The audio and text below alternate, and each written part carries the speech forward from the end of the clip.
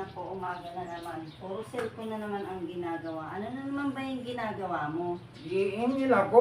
Nag-i-email ka na naman? Oo. Umaga na, kailangan na natin mag-almusal. Dapat nagpapainit ka na ng tubig para magkape na tayo.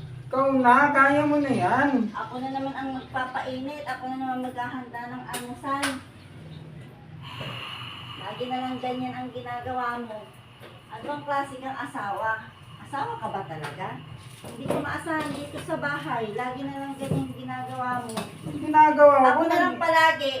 Ako na. Naman matatalo na naman ako eh. Ako na nga yung nagtatrabaho, nagpupuyat sa gabi, nag-overtime ako, nagising ko ng umaga.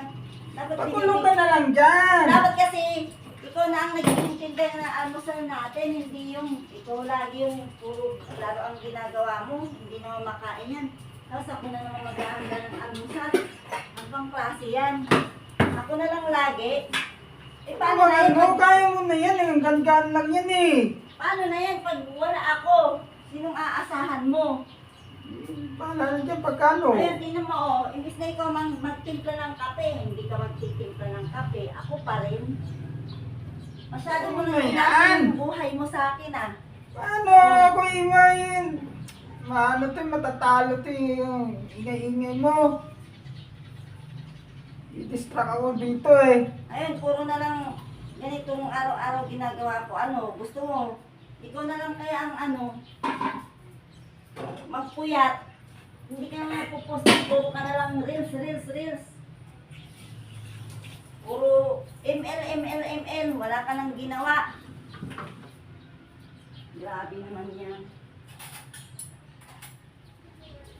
Oh, masyado ka nang maasa. Buhay senyorito ka. Kaya mo na yan. Puro kayang-kaya. Masyado kang tamad. Mamaya magsawa ako sa'yo. Oh. Sabi mo na lang ako ano.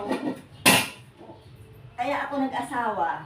Para may mag-alaga sa akin. Hindi yung ako yung mag-aalaga lang. Dapat, pareho tayong mag-aalagaan. Pero iba naman ginagawa mo eh. Aalagaan kita. Inaalagaan mo yung ML mo. Sige, kayo na lang magsamang dalawa. Pasaway ka. Sige, hintayin mo talaga. Mawala yung pagmamahal ko sa'yo. Saan naman pupunta yun? Uy, dito! Sa tainga mo! Lagi na lang ganyan ginagawa mo. Ano? Matatalo na ako. Ano nagising na rin. Oh, yan muna ang almusalin mo. Yung ML mo, ha? So yun guys, napagkatapang ng asawa ko, mukhang dragon tuwing umaga na to. Parang hindi ako magiging dragon, ha? Lagi na lang ako nag-iintindi ng almusal. Dapat ikaw nga mag-iintindi. Ikaw nang nagigising. Kaya mo na yan, iniintindi ko yung lampa namin, nagrarang ko.